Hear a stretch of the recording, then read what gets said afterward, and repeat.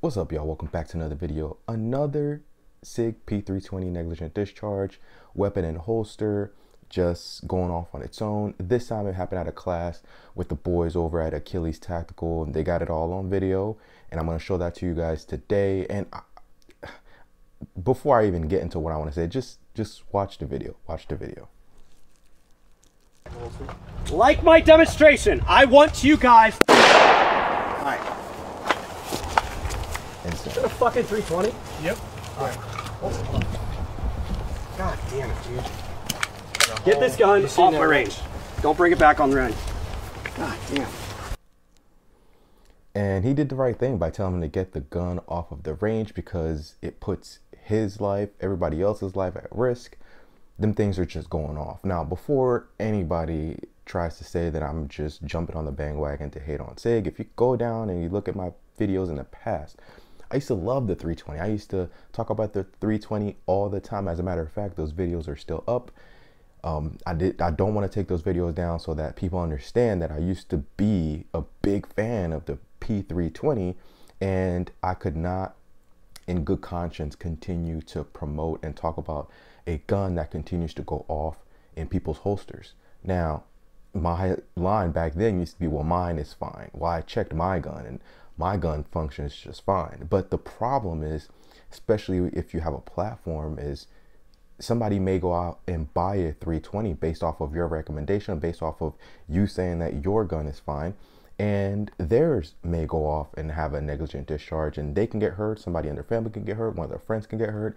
And I just don't want that on my conscience, and I don't want that happening to anyone out there. Not only that, Sig has done a horrible job dealing with this issue. They basically are doubling down on the Sig P320 is safe. They're basically saying that nothing is going on, that it's owner error or shooter error or whatever. And then they put out those statements, and they have not dealt with this issue the way that a big company such as Sig should take care of this issue. Now, my recommendation to anybody who has been looking at the 320 or wants to get a 320 is don't. There are much better guns out there, safer guns that are just as good as the 320, if not better. If you're looking for modularity, we're at the point where, again, we're at the golden age of guns. So you can get pistols out there that are modular, that are just as good, if not better, than the Sig P320. At this point, the only reason that somebody would want to go with the 320 would be because they like the look, or they just like the look of the 320, because you can get better performance out of other pistols out there that are modular, that can do the same exact thing that a Sig P320 can do.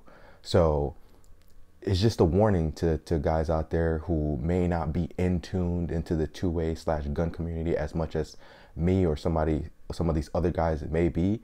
So just be safe, and before you get a 320, get something else.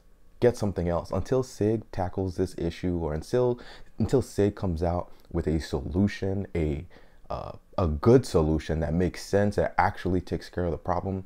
I think 320 should be banned across ranges, especially public ranges, should be banned across classes, because it is a public safety issue. It's not just you out there when you're on the range. So yeah, you may be cool with it if you're on a range by yourself. You have a private range that is just you want to get a 320 and shoot it, have at it. But if you're going to be around other people, you're going to carry it with you. If you're going to be around other people at the range, I do not recommend carrying the Sig 320. Now, you may think that if something were to happen, you can just sue Sig and get some money or whatever. But what if your gun gets someone else hurt?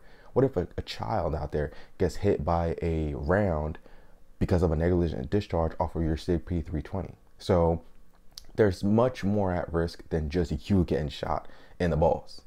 So again, another negligent discharge, and this is gonna keep happening over and over and over again, because there is no solution out there. Sig has dug their head in the sand. They refuse to handle the situation. They refuse to deal with it head on.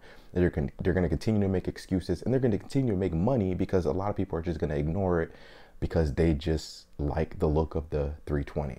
So like I said, you can scroll through my videos and go down and see that I used to rave about the P320, but again, I can no longer promote or talk about the Sig P320 on my platform because it's not right. It's simply just not right. The only Sig gun you guys will probably see on my channel in the future is the 226 or the 229. Other than those two, you won't hear about any other SIGs on my platform, not even the 365. Not because the 365 had negligent discharges, but because of the quality and QA issues that I had with both my P365. It's just a rust box.